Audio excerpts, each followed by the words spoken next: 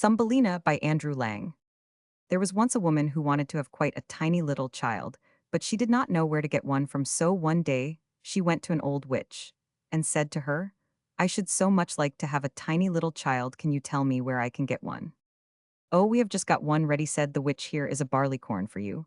But it's not the kind the farmer sows in his field or feeds the cocks and hens with. I can tell you put it in a flower pot, and then you will see something happen." "Oh, thank you," said the woman, and gave the witch a shilling, for that was what it cost. Then she went home and planted the barley corn. Immediately there grew out of it a large and beautiful flower which looked like a tulip, but the petals were tightly closed as if it were still only a bud. "What a beautiful flower!" exclaimed the woman, and she kissed the red and yellow petals. But as she kissed them, the flower burst open. It was a real tulip, such as one can see any day. But in the middle of the blossom, on the green velvety petals, sat a little girl, quite tiny, trim, and pretty. She was scarcely half a thumb in height, so they called her Thumbelina. An elegant polished walnut shell served Thumbelina as a cradle, the blue petals of a violet were her mattress, and a rose leaf her coverlid. There she lay at night. But in the daytime she used to play about on the table. Here the woman had put a bowl, surrounded by ring of flowers with their stalks in water, in the middle of which floated a great tulip petal, and on this Thumbelina sat and sailed from one side of the bowl to the other, rowing herself, with two white horsehairs for oars. It was such a pretty sight. She could sing too, with a voice more soft and sweet than had ever been heard before. One night when she was lying in her pretty little bed, an old toad crept in through a broken pane in the window. She was very ugly, clumsy, and clammy. She hopped onto the table where Thumbelina lay asleep under the red rose leaf. "This would make a beautiful wife for my son," said the toad, taking up the walnut shell with Thumbelina inside and hopping with it through the window into the garden. There flowed a great wide stream with slippery and marshy banks. Here the toad lived with her son. Ah, how ugly and clammy! He was just like his mother. "Croak, croak, croak," was all he could say when he saw the pretty little girl in the walnut shell. "Don't talk so loud, or you'll wake her," said the old toad. "She might escape us. Even now, she is as light as a feather. We will put her at once on a broad water lily leaf in the stream. That will be quite an island for her. She is so small and light, she can't run away from us there, whilst we are preparing the guest chamber under the marsh where she shall live." Outside in the brook grew many water lilies with broad green leaves, which looked as if they were swimming about on the water. The leaf farthest away was the largest, and to this the old toad swam with Thumbelina in her walnut shell. The tiny Thumbelina woke up very early in the morning, and when she saw where she was, she began to cry bitterly, for on every side of the great green leaf was water, and she could not get to the land. The old toad was down under the marsh, decorating her room with rushes and yellow marigold leaves to make it very grand for her new daughter-in-law. Then she swam out with her ugly son to the leaf where Thumbelina lay. She wanted to fetch the pretty cradle to put it into her room before Thumbelina herself came there. The old toad bowed low in the water before her and said, "Here is my son. You shall marry him and live in great magnificence down under the marsh." "Croak, croak, croak," was all that the son could say. Then they took the neat little cradle and swam away with it, but Thumbelina sat alone on the great green leaf and wept, for she did not want to live with the clammy toad or marry her ugly son. The little fishes swimming about under the water had seen the toad quite plainly and heard what she had said, so they put up their heads to see the little girl. When they saw her, they thought her so pretty that they were very sorry she should go down with the ugly toad to live. No, that must not happen. They assembled in the water round the green stalk, which supported the leaf on which she was sitting, and nibbled the stem in two. Away floated the leaf down the stream, bearing Thumbelina far beyond the reach of the toad. On she sailed past several towns, and the little birds sitting in the bushes saw her and sang, "What a pretty little girl." The leaf floated farther and farther away.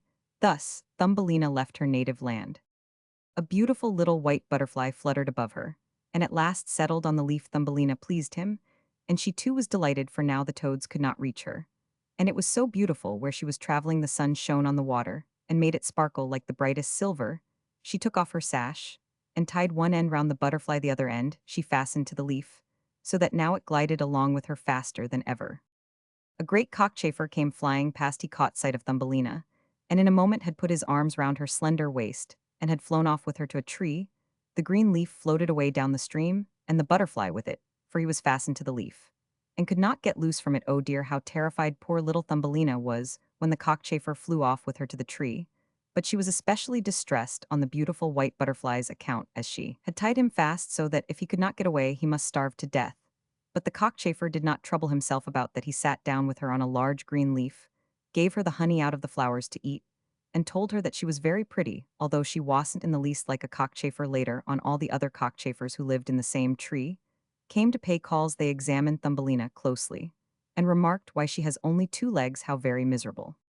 "She has no feelers," cried another. "How ugly she is," said all the lady chaffersand. Yet Thumbelina was really very pretty. The cockchafer who had stolen her knew this very well, but when he heard all the ladies saying she was ugly he began to think so too, and would not keep her. She might go wherever she liked, so he flew down from the tree with her, and put her on a daisy. There she sat and wept because she was so ugly that the cockchafer would have nothing to do with her.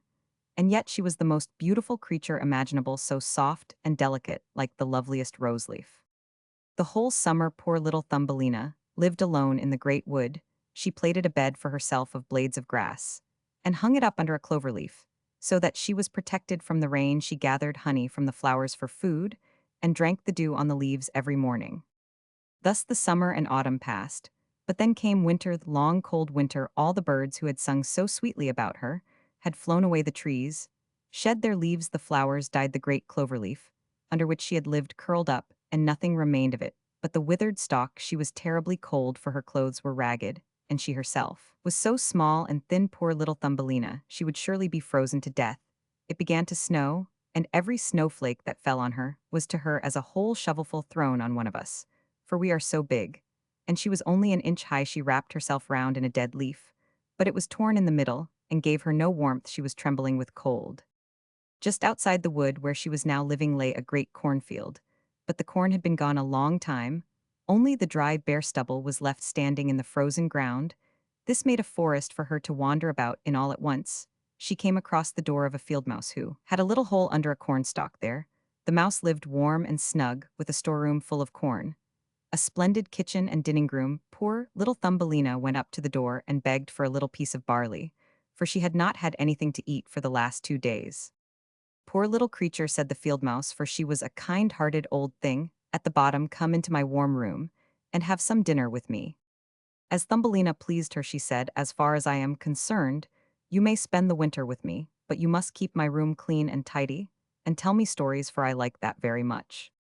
And Thumbelina did all that the kind old field mouse asked, and did it remarkably well too. "Now I am expecting a visitor," said the field mouse. "My neighbor comes to call on me once a week. He is in better circumstances than I am, has great big rooms, and wears a fine black velvet coat. If you could only marry him, you would be well provided for, but he is blind. You must tell him all the prettiest stories you know."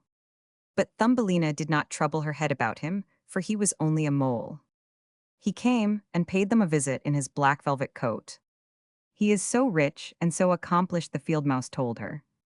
"His house is 20 times larger than mine. He possesses great knowledge, but he cannot bear the sun and the beautiful flowers, and speaks slightingly of them, for he has never seen them." Thumbelina had to sing to him, so she sang "Ladybird, Ladybird, Fly Away Home" and other songs, so prettily that the mole fell in love with her. But he did not say anything. He was a very cautious man. A short time before he had dug a long passage through the ground from his own house to that of his neighbor. In this he gave the field mouse and Thumbelina permission to walk as often as they liked, but he begged them not to be afraid of the dead bird that lay in the passage. It was a real bird with beak and feathers, and must have died a little time ago, and now laid buried just where he had made his tunnel.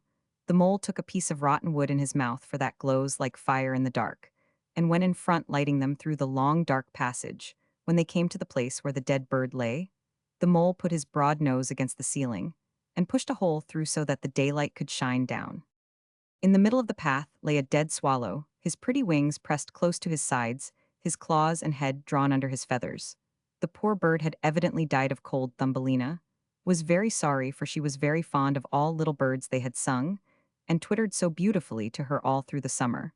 But the mole kicked him with his bandy legs and said, "Now he can't sing any more. It must be very miserable to be a little bird. I am thankful that none of my little children are birds, always starve in winter." "Yes, you speak like a sensible man," said the field mouse. "What has a bird in spite of all his singing in the wintertime? He must starve and freeze, and that must be very pleasant for him, I must say."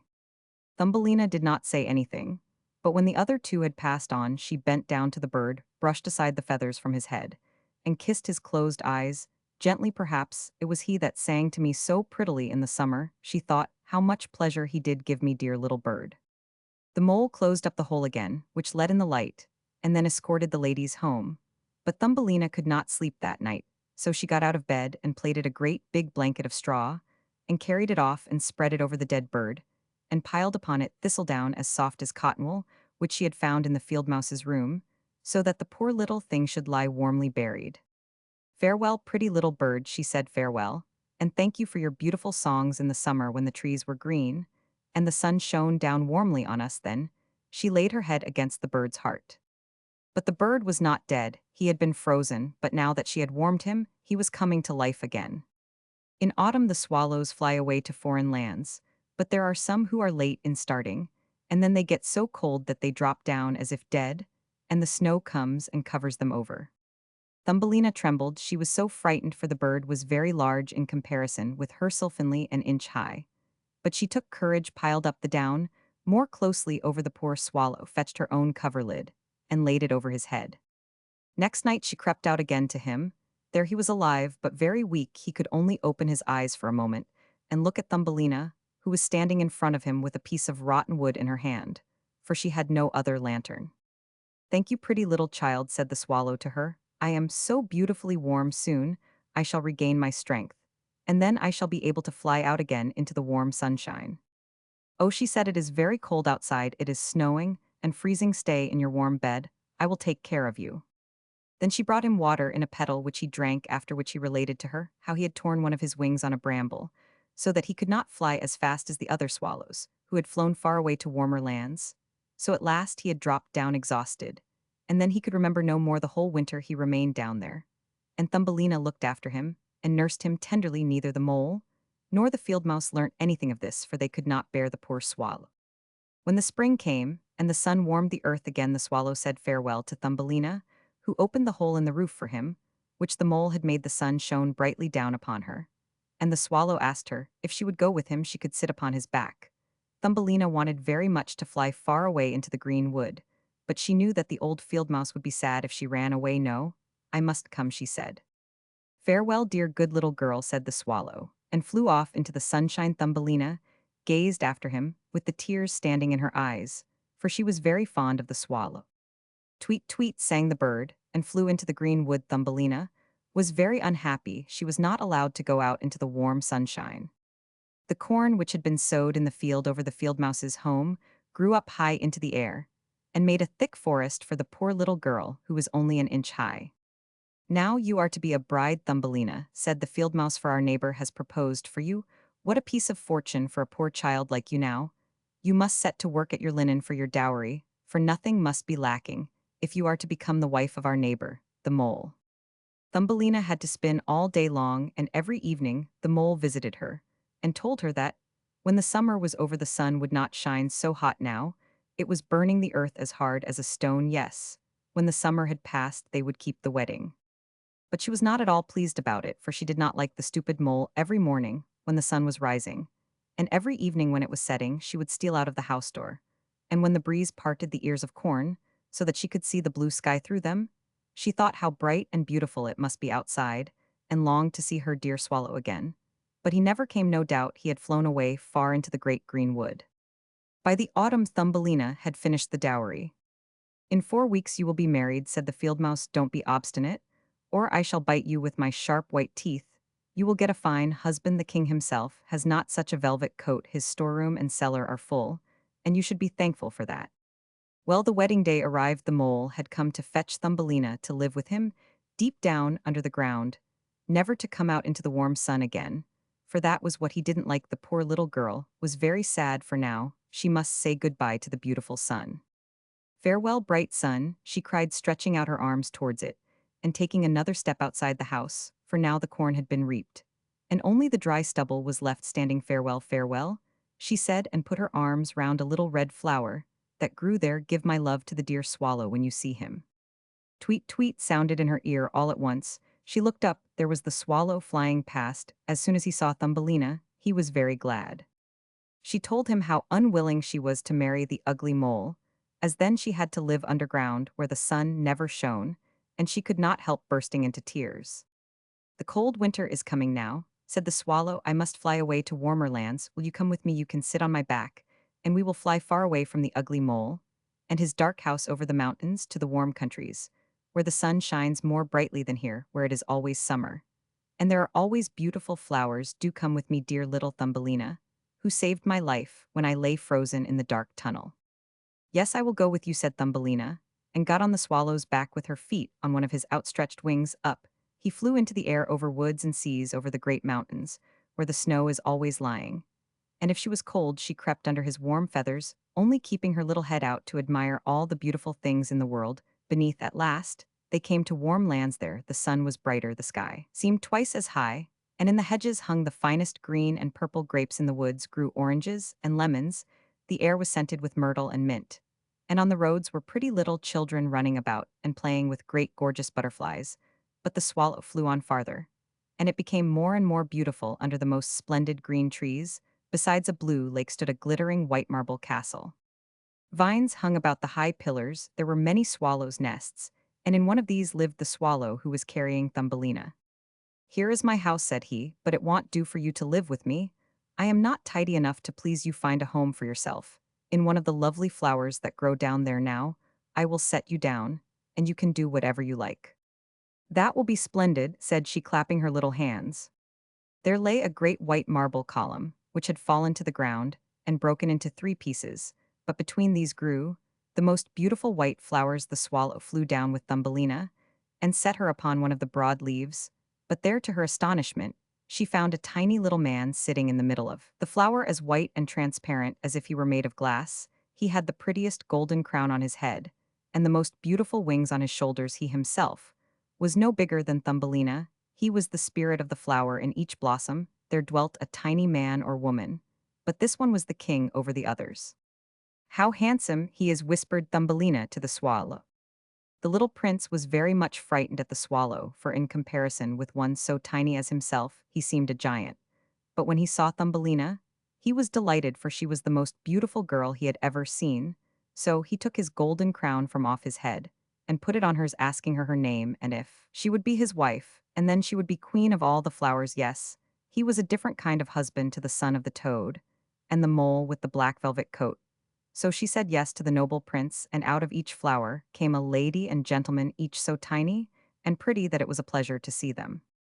Each brought Thumbelina a present, but the best of all was a beautiful pair of wings which were fastened onto her back, and now she too could fly from flower to flower. They all wished her joy, and the swallow sat above in his nest and sang the wedding march, and that he did as well as he could, but he was sad because he was very fond of Thumbelina and did not want to be separated from her. "You shall not be called Thumbelina," said the spirit of the flower to her. "That is an ugly name, and you are much too pretty for that. We will call you May Blossom." "Farewell, farewell," said the little swallow with a heavy heart, and flew away to farther lands, far, far away, right back to Denmark. There he had a little nest above a window, where his wife lived. "Who can tell fair stories? Tweet, tweet," he sang to her. And that is the way we learnt the whole story.